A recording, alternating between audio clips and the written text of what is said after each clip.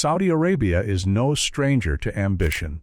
For decades, the kingdom has used its oil wealth to shape the global economy, build futuristic cities, and position itself as a powerhouse in the Middle East. But what they are building now has shocked the world, not just because of its scale, but because of what it means for the future of humanity. With trillions of dollars flowing from its sovereign wealth fund, Saudi Arabia has launched projects so bold, so audacious, that they seem to blur the line between science fiction and reality. From desert megacities stretching hundreds of kilometers across to floating industrial hubs in the sea, from massive green energy investments to AI-driven surveillance systems, Saudi Arabia is reimagining not just its own future, but potentially the future of how nations will look and function. Some see this as visionary. Others see it as a dangerous gamble with resources, climate, and human freedom. What is certain is this: what Saudi Arabia is building right now is unlike anything the modern world has seen before.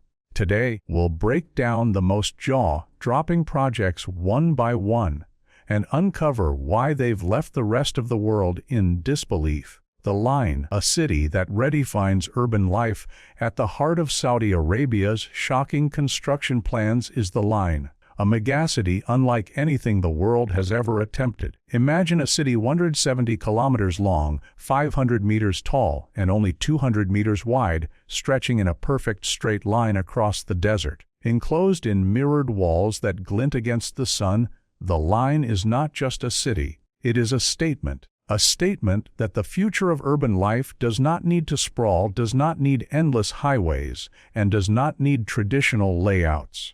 Instead, it promises vertical living stacked inside two parallel skyscrapers that run uninterrupted for miles. The Line is part of Neom, Saudi Arabia's $500 billion futuristic region on the Red Sea. Designed to house 9 million residents, the city claims it will operate entirely on renewable energy, have zero cars, and emit zero carbon. Everything a person might need, homes, schools, workplaces, shopping, and leisure, will be within a 5-minute walk. And if you want to travel further, an ultra-high-speed rail system is planned to run the entire length of the city, carrying passengers from one end to the other in just 20 minutes. But beyond its eco-friendly promises, the Line has shocked the world because of its sheer audacity. The mirrored facade will be visible from space, cutting across mountains, deserts, and coastlines. Engineers will have to reshape landscapes, reroute ecosystems, and manage one of the most complex construction projects in history. It raises the question, is this a vision of the future, or a sci-fi dream too impossible to pull off? Supporters argue that the Line is exactly what the planet needs. As the world's population continues to rise and cities grow unsustainably, a vertical city that minimizes land use could preserve nature while still housing millions. It's futuristic, efficient, and bold. The Saudi government insists it will prove that humans can live sustainably without sacrificing modern comforts. Yet critics see something far darker. They worry about the surveillance built into every level of the city. AI will monitor everything: energy use, movement, shopping habits, even health indicators. Privacy may vanish entirely in this smart city. Others warn of ecological disaster, claiming construction will destroy delicate desert habitats and displace local communities. Some also question the human side. Will people truly want to live stacked inside a mirrored wall, cut off from the wider landscape of the world? Then comes the biggest question of all: can it even be built? Experts have doubts. The scale is unprecedented, the cost astronomical, and the logistics nearly impossible. Already, reports suggest delays, budget overruns, and challenges with everything from design to materials. Some predict the Line could end up as a dystopian half-built ruin in the desert rather than a shining model of the future. Still, even with skepticism, the Line has captured global attention.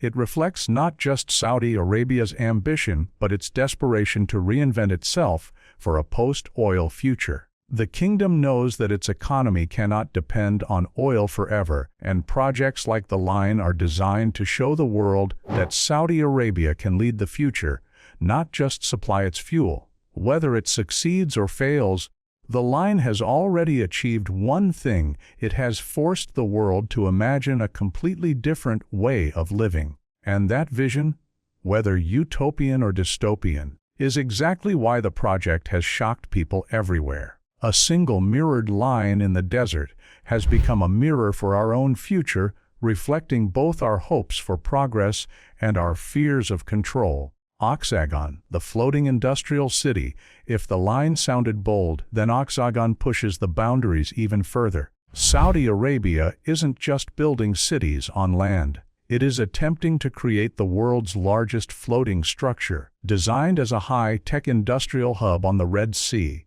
Called Oxagon, this 8-sided city is planned to cover an area of nearly 50 square kilometers, making it larger than many existing cities worldwide. Unlike traditional industrial zones, Oxagon is being promoted as a floating marvel, a hub for advanced manufacturing, clean energy logistics, and research.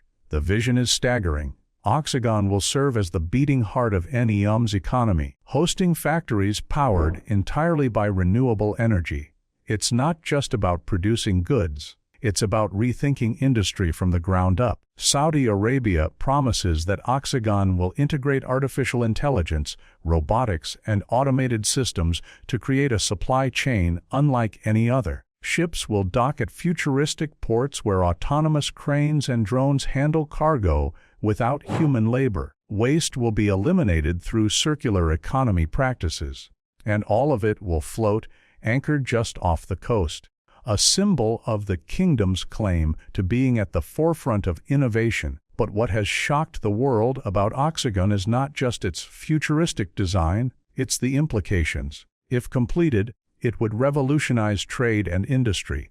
Imagine a city where container ships from Asia, Europe, and Africa converge at the crossroads of global commerce, all serviced by a floating hub that never stops running. By controlling Oxagon, Saudi Arabia could position itself as the centerpiece of global logistics, no longer just an oil giant but a trade powerhouse. Yet skepticism surrounds the project. Engineers warn that maintaining stability for such a massive floating structure could be an engineering nightmare. Storms, rising sea levels, and corrosion could all compromise its safety.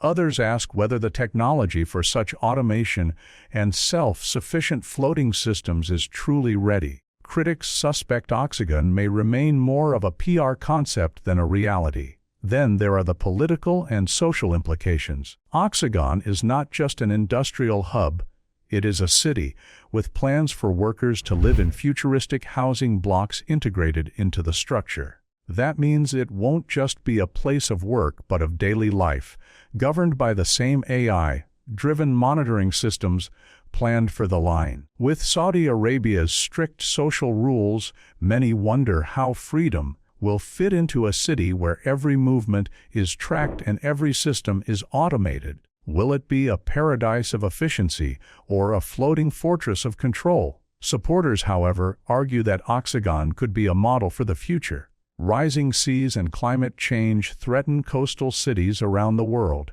If Saudi Arabia proves that large-scale floating cities can work, it could open the door to solutions for countries already facing the risk of losing land to water. In that sense, Oxagon is not just an experiment in industry, it may be a test case for survival in a climate-challenged future. Still, the sheer ambition is what makes Oxagon so shocking. Very few nations would even consider attempting something on this scale, yet Saudi Arabia has announced it with confidence, promising construction within this decade.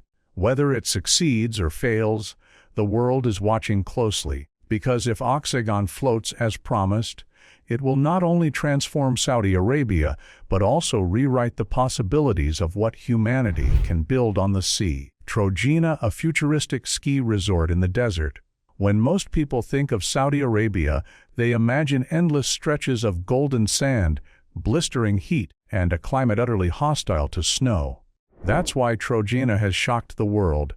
It is a massive, high-tech ski resort being built in the mountains of the kingdom's northwest, right in the heart of the desert. Saudi officials claim Trojena will offer year-round skiing, artificial lakes, luxury chalets, and even outdoor adventures more commonly associated with Switzerland than the Arabian Peninsula. Part of the 500 billion Neom mega-project, Trojena is expected to cover nearly 60 square kilometers of mountainous terrain, with elevations rising up to 600 meters. At those heights, temperatures can dip below freezing in winter, which provides a foundation for creating artificial snow. Saudi Arabia plans to use advanced snow-making technology to guarantee ski slopes throughout the year, turning a desert kingdom into a winter wonderland. But Trojena won't stop at skiing. The development includes mountain biking trails, hiking routes, luxury hotels, villas, spas, and a man-made freshwater lake in the middle of the desert. In short, it aims to be the ultimate tourism magnet, a place where high-end travelers can experience something utterly unexpected. What makes Trojena particularly ambitious is that it is not just a resort. It is a futuristic city for residents too. Officials say it will host more than 7,000 permanent residents and draw over 700,000 visitors annually. And in 2029, Trojena will host the Asian Winter Games, marking the first time the event will be held in the Middle East. To many observers, the idea of Saudi Arabia hosting winter sports was unimaginable, yet the kingdom is pushing forward with confidence. Critics, however, are skeptical, and for good reason. Building a ski resort in a desert climate requires enormous energy, water, and technological resources. Artificial snow-making consumes vast amounts of power, even in natural cold conditions. In the desert, where temperatures can soar above 40 degrees Celsius in summer, the challenge becomes exponentially harder. Detractors argue that Trojena will be an environmental nightmare, guzzling resources in a region already under water stress. There are also doubts about demand. Will tourists truly flock to Saudi Arabia for skiing when the Alps, Rockies, and other established resorts already exist? Some analysts believe Trojena is less about practical tourism and more about image. Saudi Arabia's attempt to show the world it can reinvent itself as a global leisure destination, not just a land of oil and pilgrimage. Supporters, however, counter with a different perspective. They argue that Trojena represents Saudi Arabia's bold vision of diversifying its economy.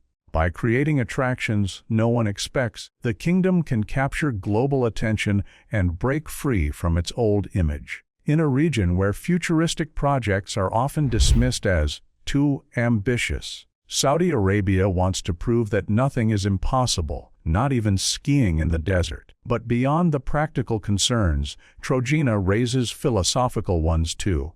It embodies the central tension of Saudi Arabia's new mega-projects. Are they marvels of human ingenuity pushing us toward the future, or unsustainable spectacles designed for prestige? If Trojena works, it will stand as proof that technology can defy climate and geography. If it fails, it may be remembered as one of the most extravagant missteps of modern development. For now, the world watches in disbelief as Saudi Arabia carves ski slopes into desert mountains and builds an artificial alpine dream where sand once dominated. Trojena is more than a resort. It is a declaration, a challenge to the natural order, and perhaps the boldest symbol yet of Saudi Arabia's determination to shock the world with what it is building. Qiddiya, Saudi Arabia's entertainment capital. If the line, Oxagon, and Trojena shocked the world for their futuristic visions, then Qiddiya has stunned people for an entirely different reason: its sheer scale and ambition to become the world's next entertainment capital. Built just outside Riyadh, Qiddiya is one of Saudi Arabia's giga projects designed to transform the kingdom into a global tourism hub. Spanning more than 360 square kilometers, Qiddiya is being marketed as the capital of entertainment, sports, and the arts, an all-in-one destination that rivals Las Vegas, Disney World, and Dubai combined. The vision is staggering. Qiddiya will host massive theme parks, cutting-edge water parks, sports arenas, racetracks, golf courses, performing arts centers, luxury hotels, and retail districts. At its heart will be a Six Flags theme park, the largest in the world, featuring record-breaking rides including Falcon's Flight, a roller coaster set to be the tallest, fastest, and longest on Earth. Surrounding the entertainment complexes, Qiddiya will include e-sports arenas, film studios, and even dedicated zones for motorsport enthusiasts with tracks designed to host Formula One-level races. In short, it is a city where leisure itself becomes the economy. What shocks observers is not just the scale but the timing. Saudi Arabia has historically been seen as one of the most conservative nations in the world, with entertainment, concerts, and cinemas restricted for decades. Until recently, young Saudis had limited outlets for leisure, often traveling abroad to Dubai, Europe, or the United States for entertainment. Qiddiya represents a dramatic reversal of that history. It is an explicit attempt to create entertainment inside Saudi Arabia on a scale so massive that people from around the world will come to the desert for fun. The global implications are huge. If successful, Qiddiya could diversify Saudi Arabia's economy, drawing tourists not just for religious pilgrimages to Mecca and Medina, but for global entertainment. It signals the kingdom's determination to shed its reputation as a closed-off oil state and rebrand itself as a modern destination for families, thrill seekers, and sports fans. Already, international franchises and investors have signed on, seeing the potential to tap into a region with a young population hungry for leisure options. But critics have raised alarms. Building an entertainment mega-city in the desert comes with massive environmental costs, water consumption, energy demands, and the destruction of natural landscapes. Others question whether Qiddiya can truly attract international visitors given Saudi Arabia's strict social rules and ongoing human rights concerns. Will tourists choose Qiddiya over Disney or Las Vegas when freedom of expression, alcohol consumption, and gender equality remain heavily debated issues in the kingdom? There's also skepticism about the sustainability of such mega projects. Qiddiya is expected to cost tens of billions of dollars, yet Saudi Arabia's track record with massive developments has been mixed. Some worry Qiddiya may end up as a half-built monument to ambition rather than a thriving entertainment hub. The Six Flags partnership, while headline-grabbing, has already faced delays, raising questions about timelines and feasibility. Still, the sheer audacity of Qiddiya is what shocks the world most. Few countries would even dream of building an entertainment complex this large, and fewer still would attempt it in the middle of a desert. For Saudi Arabia, however, Qiddiya is more than just a leisure destination. It is part of Vision 2030, Crown Prince Mohammed bin Salman's sweeping plan to transform the kingdom into a global powerhouse beyond oil. In that sense, Qiddiya is not just a theme park. It is a symbol of an entire nation's reinvention. Whether it becomes the next global entertainment hotspot or a cautionary tale of unchecked ambition, Qiddiya has already forced the world to pay attention. A desert kingdom, once known only for oil and religion, is now trying to redefine itself with roller coasters, racetracks, and theaters. And that shock alone has made Qiddiya one of the most talked about projects on Earth. The renewable energy revolution, solar and green hydrogen, while Saudi Arabia has captured headlines with futuristic cities and entertainment hubs, perhaps the most world-shocking project of all lies in its energy transformation. For decades, the kingdom's wealth and power have been tied directly to oil. It is the world's largest exporter and the symbol of fossil fuel dominance. But now, Saudi Arabia is trying to shock the world by reinventing itself as a global leader in renewable energy. At the center of this push is solar power. Saudi Arabia's deserts receive some of the highest levels of sunlight on Earth, making the country an ideal candidate for massive solar farms. Projects like the Sakaka solar plant, already operational, have begun to show how serious the kingdom is. But these early ventures are only the beginning. The Saudi government has announced plans to build solar installations covering thousands of square kilometers, producing gigawatts of clean electricity. By 2030, they aim for renewable energy to make up half of the kingdom's power generation, an almost unthinkable shift for a nation synonymous with oil. Even more ambitious is Saudi Arabia's investment in green hydrogen. Hydrogen has long been called the fuel of the future, capable of powering vehicles, industries, and even entire cities with zero carbon emissions. But producing it requires enormous amounts of renewable energy to split water into hydrogen and oxygen. This is where Saudi Arabia's desert solar farms come in. At Neom, the kingdom is building one of the world's largest green hydrogen plants, valued at $8.4 billion. When completed, it will produce 600 tons of hydrogen per day, enough to power hundreds of thousands of cars or replace millions of barrels of oil-equivalent energy. What shocks the world is not just the scale but the symbolism. The country that has made its fortune by selling oil is now pouring billions into building the very technology that could replace it. It's as if Coca-Cola suddenly became the world's largest bottled water company, completely redefining its identity. By leading in green hydrogen, Saudi Arabia could seize control of the next energy revolution just as it dominated the last one. The implications are staggering. If Saudi Arabia succeeds, it could control not just oil but the future of renewable fuels, reshaping global energy markets. Europe and Asia, desperate to cut carbon emissions, are already eyeing Saudi hydrogen as a potential lifeline. Shipping hydrogen across oceans could become as common in the future as shipping oil is today, but critics remain cautious. Producing hydrogen at such a scale is technologically complex and expensive. Storage and transport require cryogenic tanks and pipelines that do not yet exist at global scale. There are also concerns about Saudi Arabia's true intentions. Are these investments genuine commitments to sustainability, or are they PR projects to polish the kingdom's international image? Skeptics argue that as long as oil remains profitable, Saudi Arabia will never fully abandon it. Yet even with doubts, the fact remains, Saudi Arabia is investing more aggressively in green energy than almost any other oil nation. This shock alone has changed the global conversation. Instead of fighting renewables, the kingdom is trying to dominate them. For a country that once represented everything about fossil fuels, Saudi Arabia's renewable push is astonishing. It shows that even the most entrenched economies can pivot when survival demands it.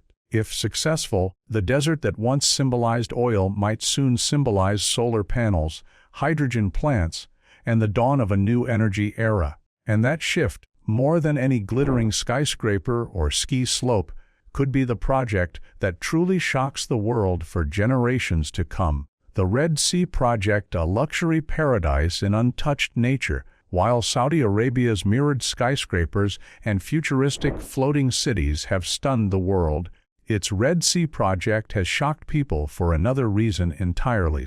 It is an attempt to turn one of the last, untouched stretches of pristine coastline on Earth into a massive luxury tourism paradise. Covering an archipelago of more than 90 islands, along with mountains, deserts, and coral reefs, the Red Sea Project is designed to be the kingdom's answer to destinations like the Maldives and the Seychelles. Yet unlike those, it promises a scale so vast that it will redefine what luxury tourism looks like. The plan is breathtaking. By the time it is fully completed, the Red Sea Project will include 50 resorts, more than 8,000 hotel rooms, and over 1,000 residential properties spread across 22 of the islands and 6 inland sites. Visitors will have access to white sand beaches, turquoise waters, coral reefs rich in marine life, and luxury villas designed to blend seamlessly with the natural environment. The developers promise that the entire project will run on 100% renewable energy with zero waste to landfill and no single-use plastics. In other words, the Red Sea Project is being marketed as not just a tourism hub, but the world's most sustainable luxury destination. What has shocked the world is the scale of ambition, paired with the sensitivity of the environment.